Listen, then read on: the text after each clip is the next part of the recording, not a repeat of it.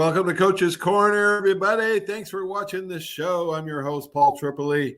Coach Trip to my players. I put 20 years in middle school, high school football. Got a good friend of mine, special guest, teammate, Russ Wood.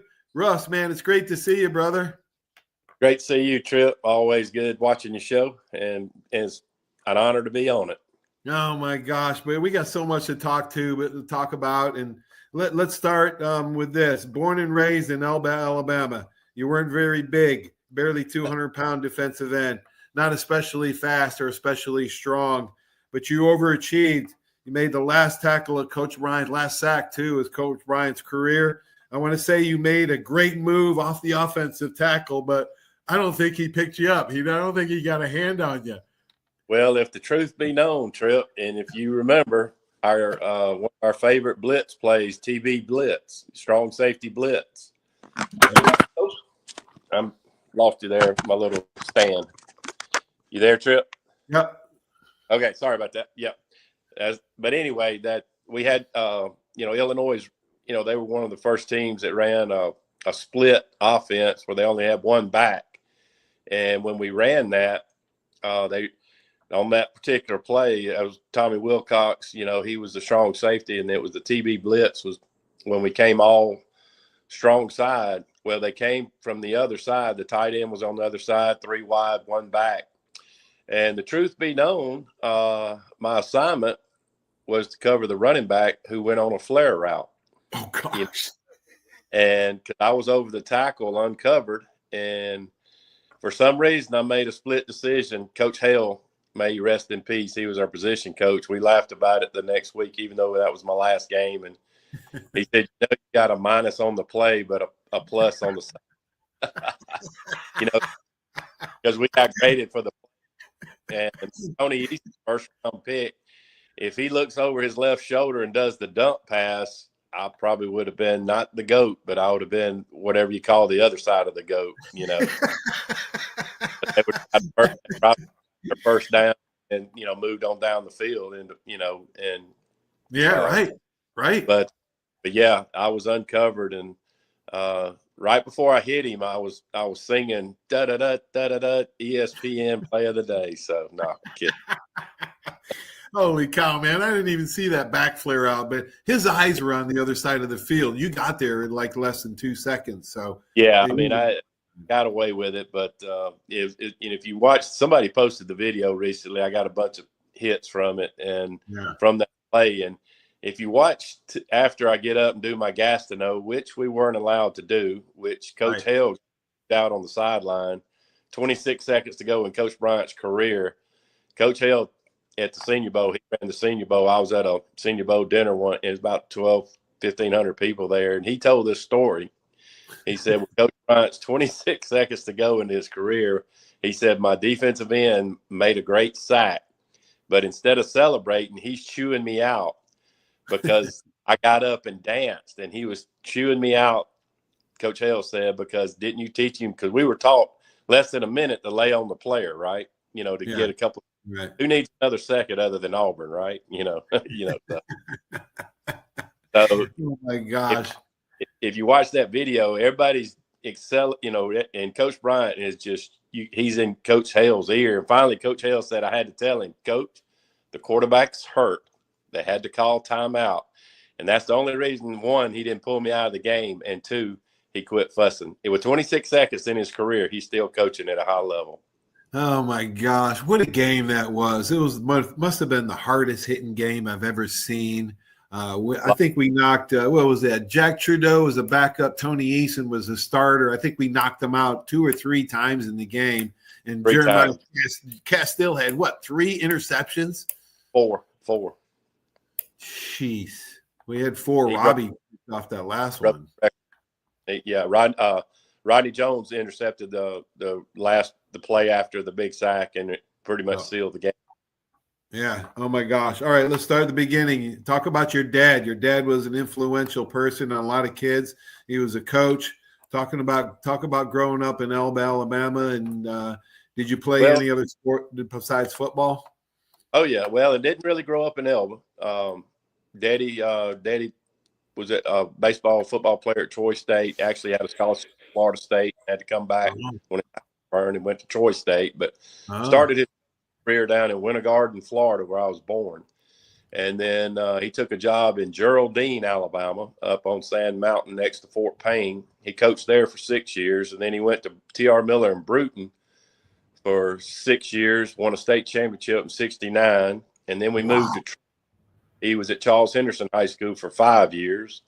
And then we left there and went to Elba. He was 18 years at Elba. I didn't grow up in Elba, wasn't born there, but I claim Elba's my home. That's my kind of, that's where I put. But I had Bruton and Troy. I had 6 years with kids there too. So I get invited to class reunions at all 3 schools. So. Oh my gosh. All right. So talk about getting recruited by Coach Brian, and did your dad and him have talks? I'm sure Coach Brian knew your dad was a great coach, but talk about that transition and Daddy was real good friends with Bill Oliver, and but nobody recruited me. Alabama, I wasn't even in the as they say, I didn't have a dog in the hunt. And Daddy played at Troy State. Charlie Bradshaw was at Troy State. Bobby Bowden, this was 1978, my senior year, 78, 79. Bobby Bowden, was good friends with Daddy. And I went to Florida. The only football camp I went to back then, Bobby Bowden had, and they were recruiting me. I was an all-state tight end, middle linebacker, all-state. And and then Southern Miss. That Auburn, I went to a game at Auburn, I think versus Miami back in the day as a recruit, and pretty much got shunned after that, and was told by Auburn I was too small.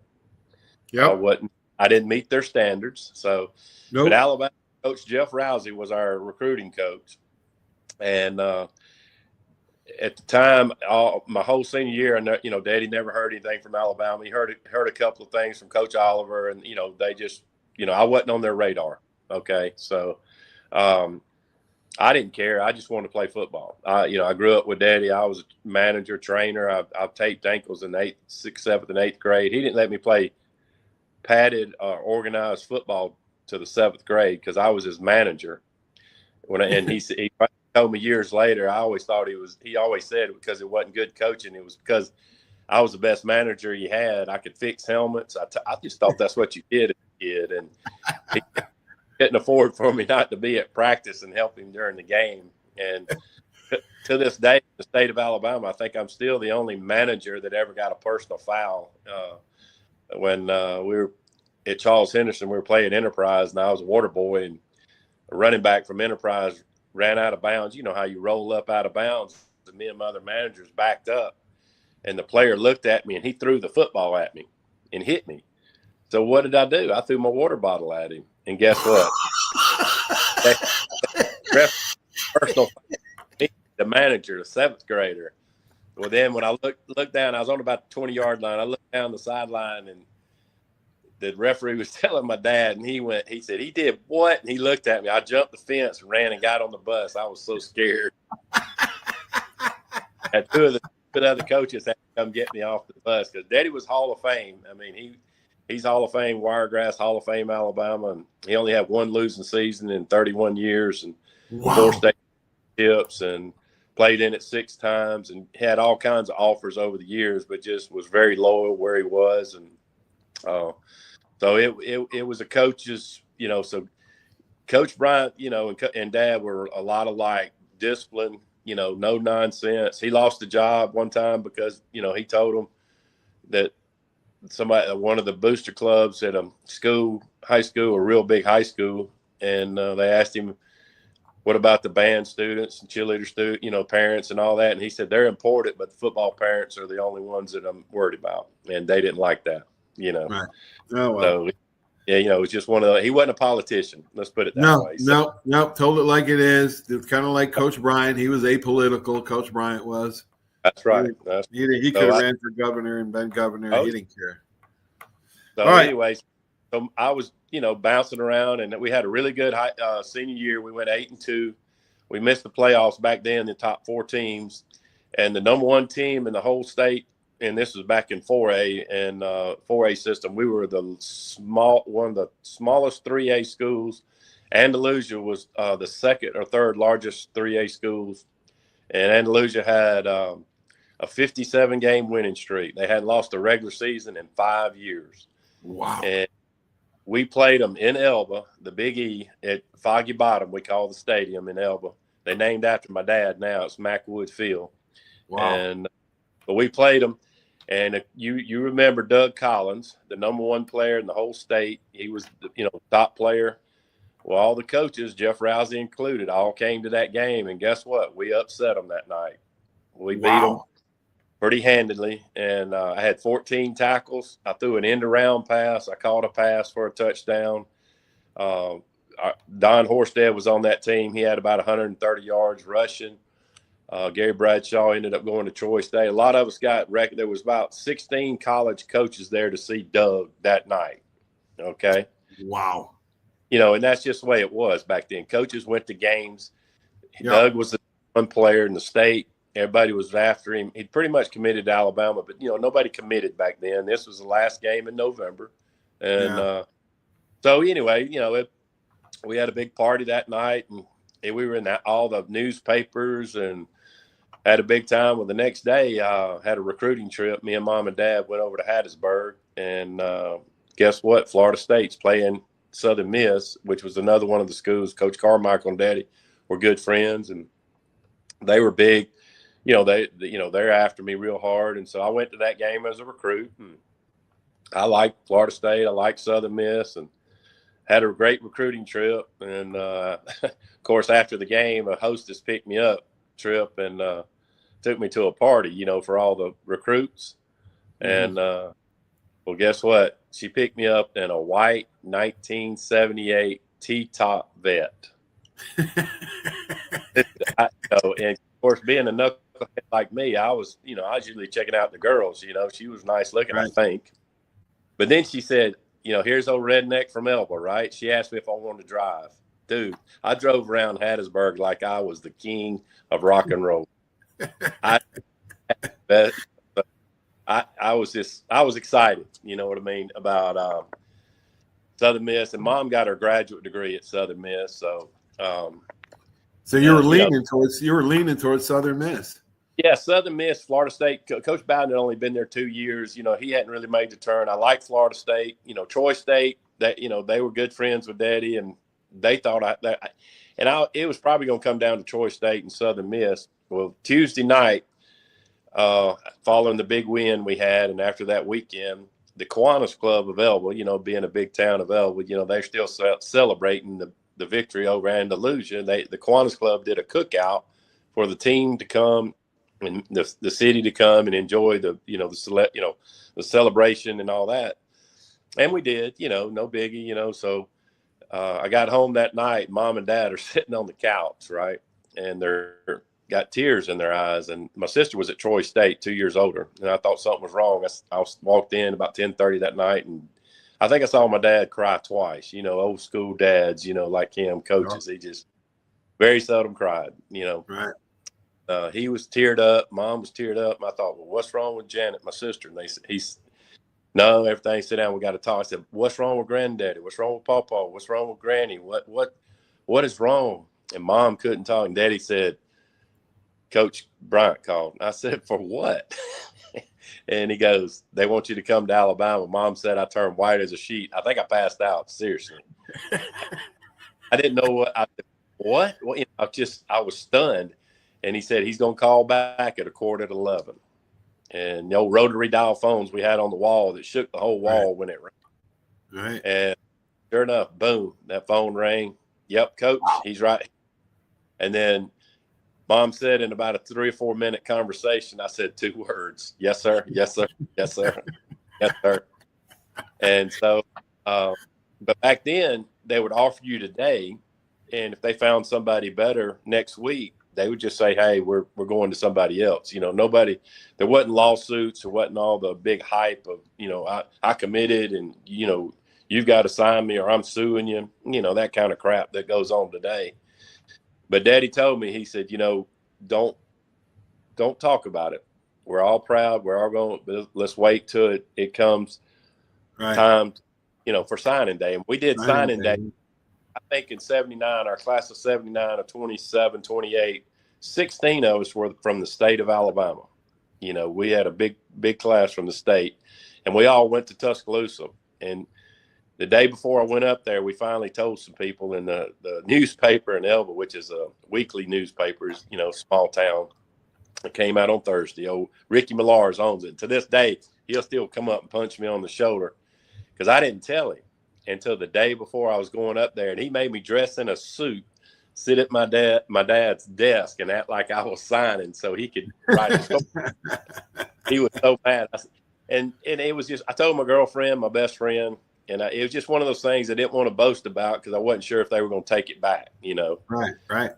Signing day, all of us signed in Tuscaloosa, came back, went straight to Panama City, and enjoyed myself. Wow. Man, talk about some moments there at Bama. I know the highlight was Coach Bryant's last game against Illinois. We beat him 17-15. But to talk about some more highlights, maybe some of your great teammates that you had, and then we're going to get into the coaches that were one of a kind, all of them. Oh, yeah. Freshman year, came in, and the 78 class had just won the national championship. They beat Penn State.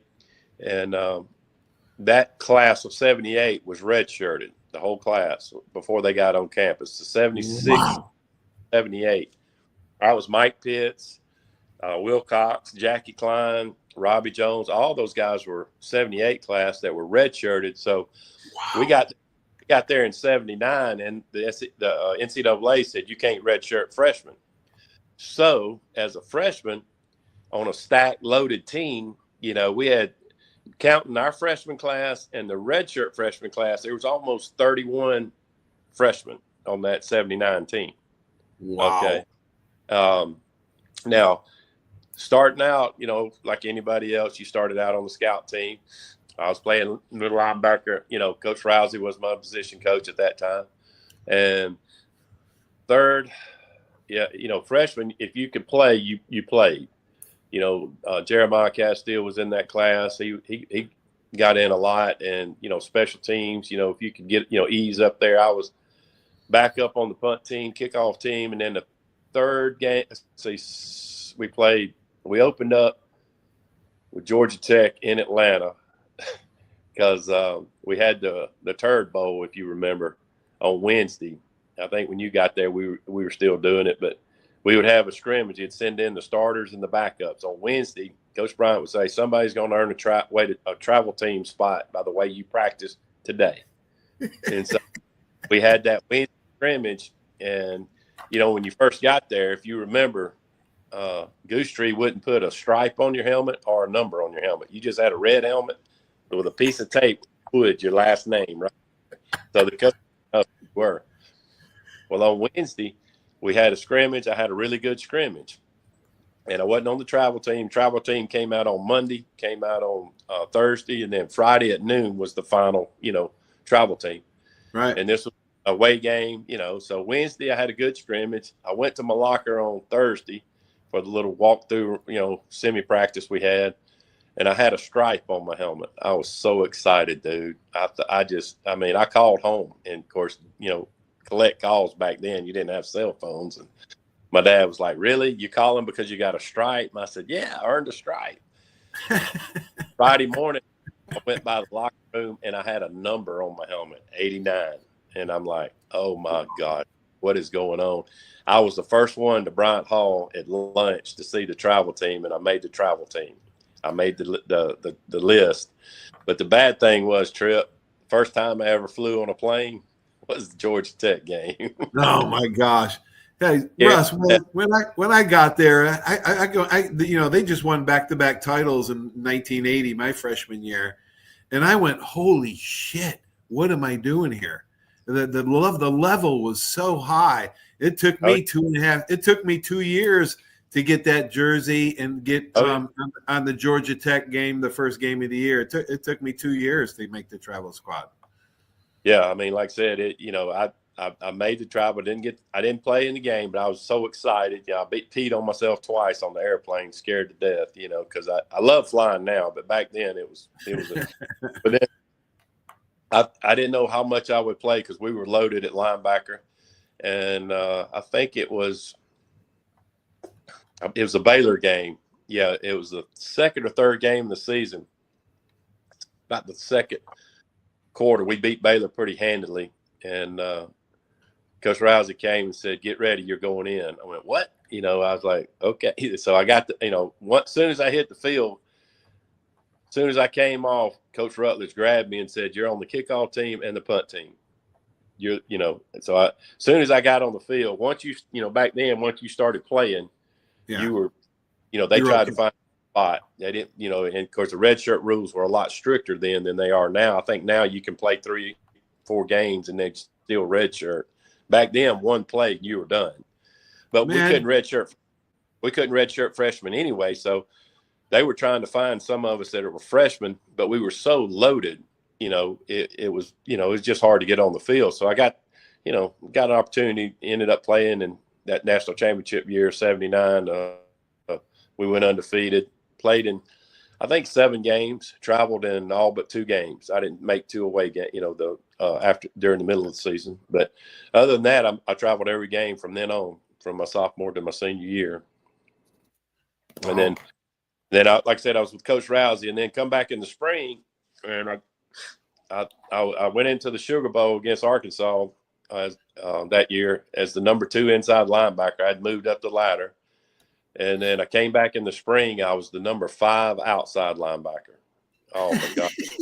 Dude. Man, I was ready to give up. I was just powerful.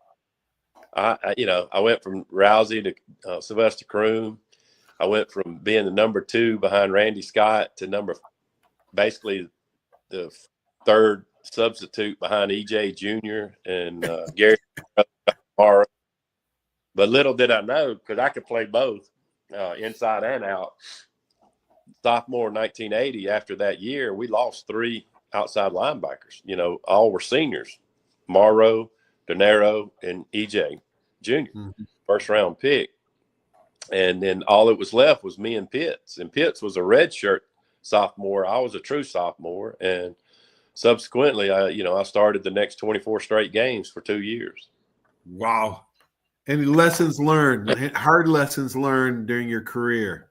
Oh, yeah, big time. I mean, that was a tough time. And, Rousey talked to me, Coach Croom, he talked to me a little bit. Some of the other, I was just pouting, I just couldn't understand. Feeling sorry for yourself. I was the same way. In my 4th year, junior year, I'm ready to start. I played for Coach Ryan his last year and Perkins his first year. I'm ready to take the starting job.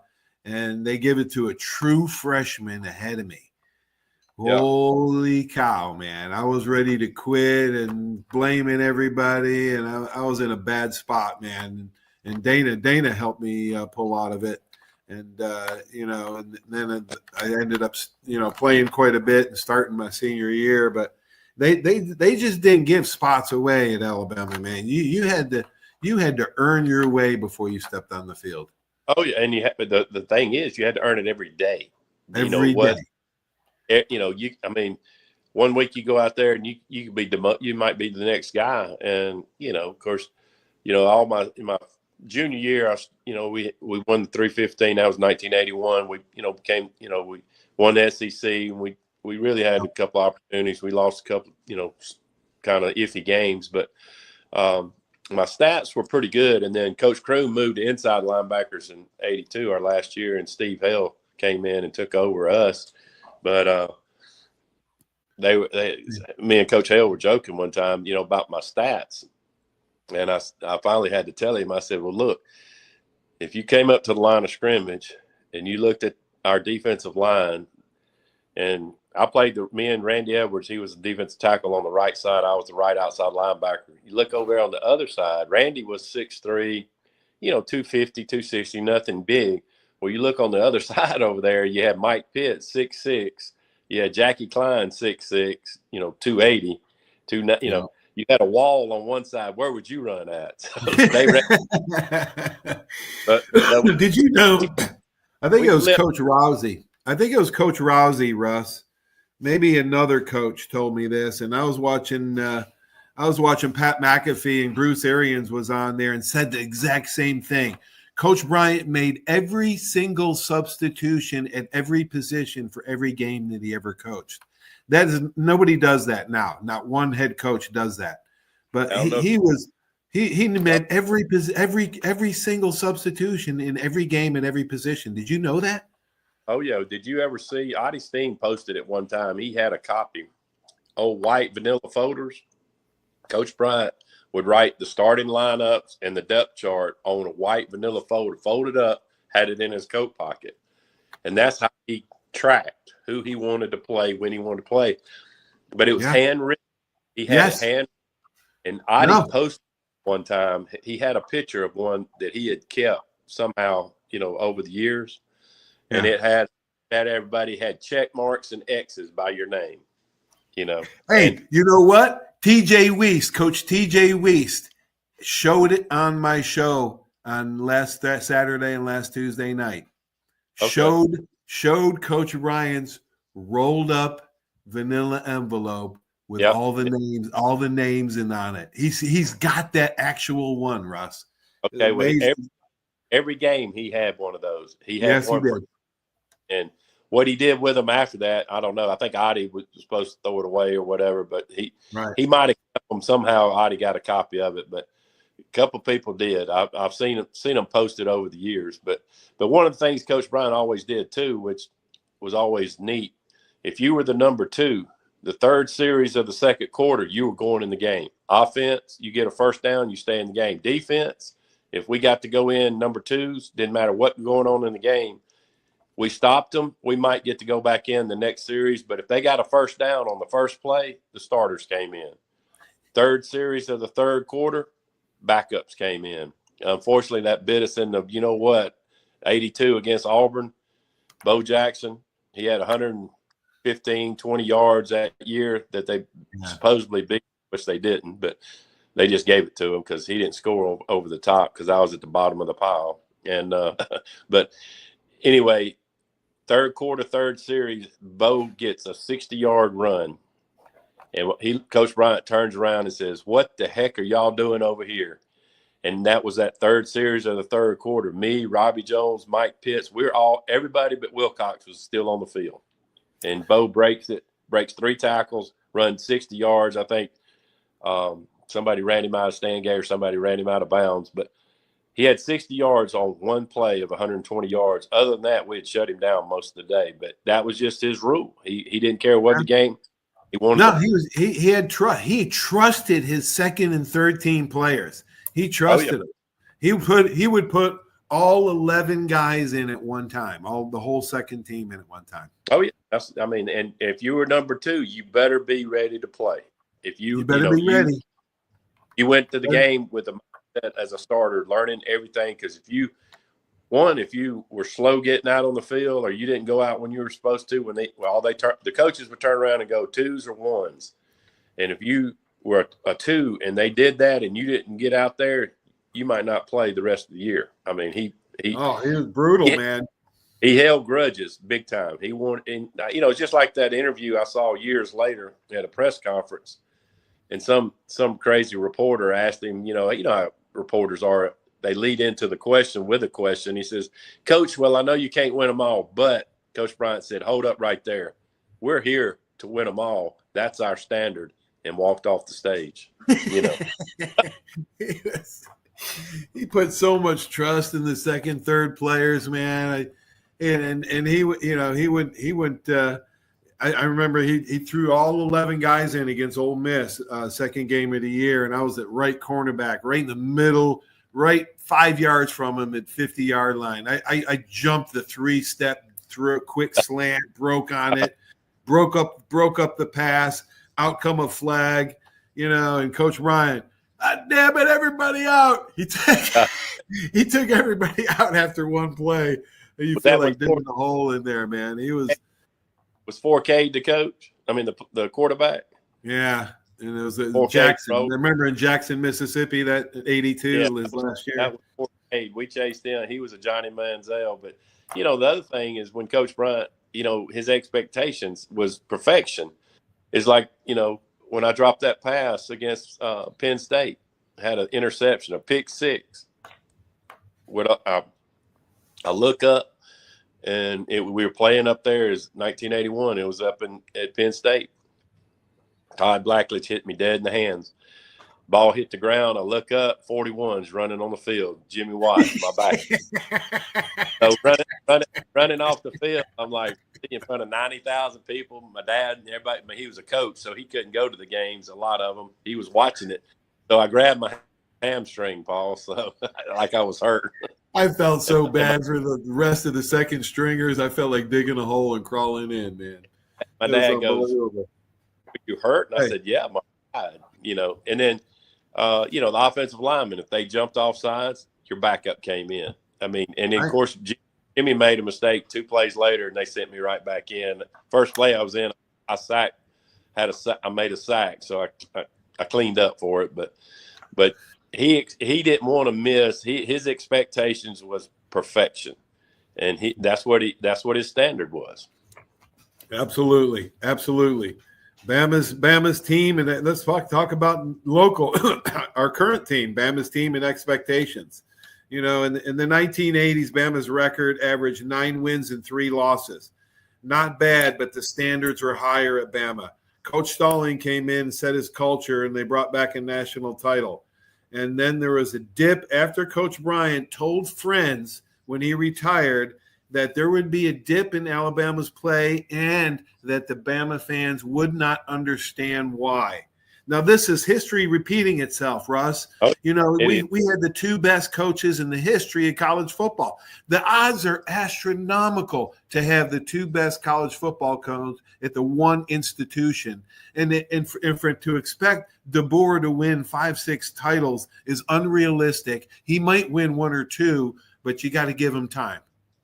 Right. I get asked that all the time. And I get, I say, look, it's still the second year. It's still not his team. He still has to grow. You got to remember, Saban lost to Louisiana Monroe his second year or whatever, first or and they put a U-Haul in his front yard. But and I tell people, I said, look, you win 9-10 games at Auburn and go to a bowl, they're going to give you a contract extension. Same way with Ole Miss or Mississippi State. At Alabama, if you're not competing, you don't have to win it every year, but you gotta. Their expectations is competing for a championship, not winning, not just winning, going to a bowl game, competing for SEC national championship. That's the expectations. Unfortunately, for DeBoer, if he, and I heard on one of the talk shows that somebody interviewed him and they asked him, "Do you really understand what you're up against?" And he said, "Oh yeah." And whoever the talk show host says now said, "Oh no, he didn't have any idea, what he was up against." And you got to remember, 4 or 5 coaches wouldn't even interview for the job. All the people who we thought would probably get it, nobody wanted to follow Coach Saban and Coach Perkins. I coached his, as a student coach and was in the staff room with him. And years later, I saw him interviewed and said it's the worst job he ever taken. He just wasn't ready for that, emotion, all the things, expectations, the fans, the recruiting. And that's why he went to the NFL right out of the gate. And, but, following a coach, you got to, one, you got to tip your hat to DeBoer because he took the job. 2, is it going to, can he turn it around to the expectations of the fans? It's going to be tough because our expectations are championships, period. Right. Alabama's not about winning 8 games and going to a bowl game. It's championships, being contenders, being talked about. And unfortunately, it's not the fact that Alabama has dropped off in how good they are. It's other teams have gotten better, back. And people always ask me about the comparison, about Coach Bryant, Coach Saban, and the only comparison I ever tell them is 2 different eras. One, Coach Saban was the best in his era. Coach Bryant was the best in his era. When Saban, 17 years, I think I read a stat where he went through 50 head coaching changes, 50. Coach Bryant in 23 years went through 15. coaches back then. Well, think about it, Paul. You know, Mark Ingram came from Indiana? No, Ohio, right there at the right there. And if Woody Hayes would have been there, you think Mark Ingram would have come to Alabama, or Bo Schembechler at Michigan, or Najee from California? If John McKay was at USC, I mean, he sent O.J. Simpson to recruit Lenny Patrick. You know, before O.J. had his bad stuff, but I mean, he was a big time. Well, so it was. Daryl Royal. I think it was Russ. I think it was harder to win back then because he only had, like you mentioned even earlier, 17 out of the 20 recruits are from Alabama. Now they recruit national. He's got more resources to do it with. He's got better, more assistance, more help. Coach Bryant was doing everything back in the day, and he didn't have. All these analytics and all these strength coaches. He didn't have all of that going on, but football has changed so much, and you got, like I just said, with those coaches, you couldn't recruit all over the country. Now when Saban got there, all those big schools that from Penn State, USC, Michigan, Ohio, all those were going through coaching changes. So those kids can, that's how we got those kids from all over the country. If the local schools were hot, I mean, look at Florida. Okay. When Bobby Bowden was there, very seldom did you have a kid come out of Florida. They went to Florida State.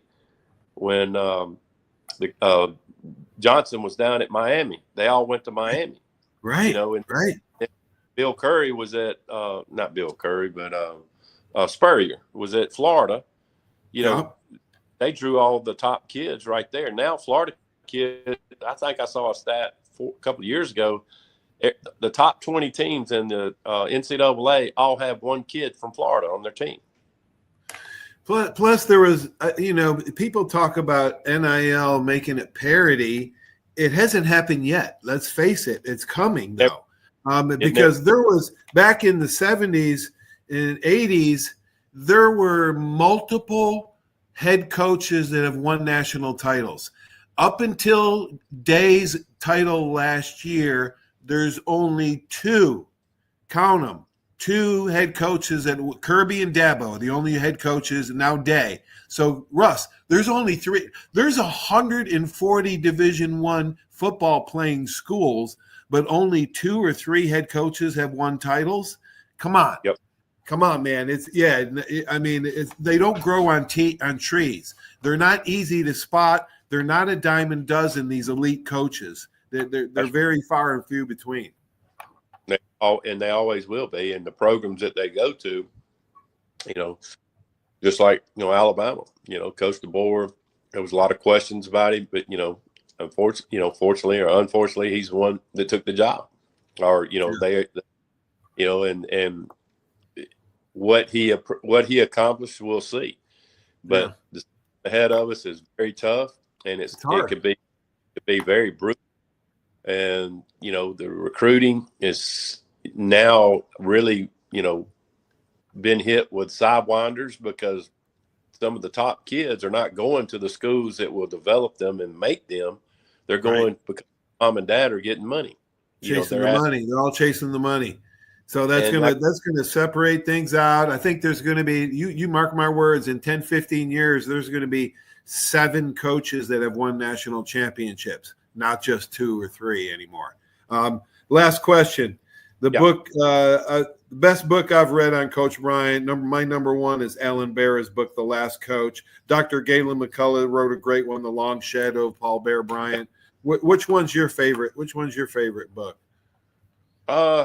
Dr. McCullough's book's probably one of the, I know Dr. McCullough very well. He's from Enterprise, and he lives down here close to me, down in Gulf Shores, and I talked to him not long ago, and he was real in depth, and I remember seeing him in our locker room, and we talked about it years later, and Coach Bryant would call him when he didn't feel good, and Dr. McCullough would say, "Look, call your cardiologist, call your regular doctor. I'm a dermatologist. and Coach Bryant always called Dr. McCullough, and he was in our locker room a couple of games at the end. Yeah. And I noticed him in there, but I didn't know why, Right. Because It was a good book. It's a great book. Insights to that. Russ, man, thanks so much. I got one last question. Who would be a great guest? Who would be a great guest for me to have on the show? You probably got tons of them, but one of the guys locally over here that I always cut up with, and I'm still trying to sue him for harassment when I was a freshman. Vince Booth is over here, and Vince was in that 76 class. He was on the 77, which should have been the national champion against Ohio State. They beat the snot out of Woody Hayes, and Woody Hayes said the Pittsburgh Steelers couldn't even beat Alabama. That's the year that Texas was 1, Notre Dame was 5. They beat them in Scottsboro. They gave it to Notre Dame over Alabama beating the number 2 team. Yeah. But on that team, the 78 and the 79 as a starter. Wow. And he lives over here. Super guy. Yeah. Awesome. Thanks so much, Russ. It's great to see you, brother. Let's go out and play some golf soon. I'm coming up. Well, it's kind of north of you, but I'm playing in the Escambia County Alumni Golf Tournament next Thursday. Walter Lewis called me yesterday, and did he really? Yeah, you might want to get Walter on your show. He comes down this way all the time. I had Walter. Check out the show. Matter of fact, I'll replay it. But you can archive some of my shows are archived on Facebook and YouTube. Okay. Yeah. Okay, yeah. Oh, Walter was great on the show. Yeah, man. we grew up in Bruton. We played Little League baseball together, and then played at Alabama. So I told him, like I always tell him, don't turn your back on me. I'll have a flashback and take you out. So. Oh my God! He came down to Pensacola for our booster club last month or a couple months ago too. Yeah, so it was great to see him. He was funny on the show, man. He was hilarious. Walter was always so serious, I mean, I had my best conversations, with Walter years after he retired, years after he was gone. Oh yeah, same here. We've talked more since we were non-players. When we played, we talked. I don't remember how we making a conversation with him. He was he was a freshman, when Don Jacobs got hurt and Ken Coley got hurt, he had to play, remember he got stowed in there as a freshman, and then his sophomore year, Coley hurt, and Alan Gray struggles, and they had to put him in there again. He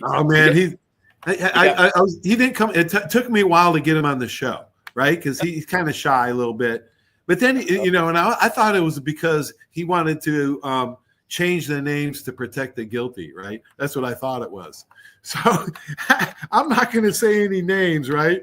But it was my roommate, man, my sloppy roommate one time. And he comes on and tells me that my roommate, and he says his name. I wasn't even going to say his name, but Walter says his name. And Coach Bryant cut him from the tower at the first conditioning drill. Remember that first conditioning thing we had at the beginning of the year? He cut him from he cut him from the tower, and Walter's saying his name, and I'm like, Walt, okay, Walt. Yeah. Anyway, it was brutal, man. Great stuff. Great to see you, Russ. All right, let's be in touch. All right, bud. Talk to you soon. So long. Russ Wood, what a great player, overachiever, man, and he's a great dude. Lives in the area. So I hope you enjoyed the show. If you like it, make sure you go to my YouTube channel, subscribe, like it, share, and follow, all that good stuff. Stay tuned for these great messages. Without these sponsors, this just wouldn't be possible. Have a great sports weekend, everybody. See you soon. So long. When it comes to buying your next car, truck, or SUV, you need a team that puts you first. Here at the Sandy Sansing dealerships, we're proud to serve Pensacola and the Gulf Coast with the best selection, trusted service, and deals that work for your family. Just like great coaches build great teams, Sandy Sansing builds lasting relationships with every customer who walks through our doors. Because when it comes to finding your next vehicle, there's only one name to remember. Sandy Sansing can. That's you trying to fix the plumbing yourself to save a few bucks. Doing things yourself doesn't always end well. The same goes for insurance. That's why Auto Owners works with local independent agents who tailor coverage to meet your needs and offer discounts for life, home, car, and business insurance. Because sometimes you need a professional to get the job done right. That's simple human sense. Are you riding around in a filthy vehicle? Dirty car no more. Visit Ronnie's Car Wash today to get it shining in no time. They have 3 convenient locations with another coming soon. The unlimited monthly wash packages start as low as $14.95 per month with free vacuums, multi-purpose spray, and towels. Visit them in Gulf Breeze, Navarre, Fort Walton, and soon Crestview. Don't wait, wash today. Be sure to see Ronnie's Car Wash on Facebook to see the latest specials and discounts. You'll be riding and shining in no time. When it comes to buying your next car, truck, or SUV, you need a team that puts you first. Here at the Sandy Sansing dealerships, we're proud to serve Pensacola and the Gulf Coast with the best selection, trusted service, and deals that work for your family. Just like great coaches build great teams, Sandy Sansing builds lasting relationships with every customer who walks through our doors. Because when it comes to finding your next vehicle, there's only one name to remember. Sandy Sansing can.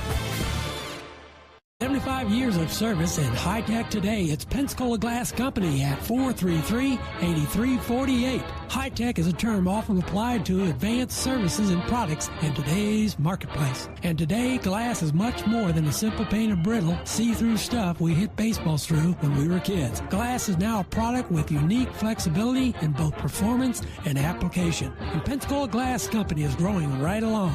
That's Pensacola Glass Company at 433-8348. There's a reason why Hill Kelly in Pensacola is the #1 selling Chrysler Dodge Jeep Ram dealer between Jacksonville and New Orleans. While other dealers have taken advantage of a competitive market with higher prices, Hill Kelly has discounted prices to the lowest of the year. And Hill Kelly in Pensacola won't surprise you with excessive charges beyond the selling price. Come see why people from Milton, Pace, Foley, Bay Minette, Daphne, Gulf Shores, Mobile, and beyond are driving to Hill Kelly in Pensacola to buy their next new Chrysler, Dodge, Jeep, or Ram. At Hill Kelly, the bottom line price and your satisfaction are what really matter. So before you sign, check the bottom line and make the trip to Hill Kelly in Pensacola to see what true local ownership can do for you. At Hill Kelly Chrysler, Dodge, Jeep, Ram, Highway 29 in Car City, Pensacola. Or shop online 24/7 at HillKellyDodge.com. When it comes to bottom line pricing, nobody beats a Hill Kelly deal. Nobody.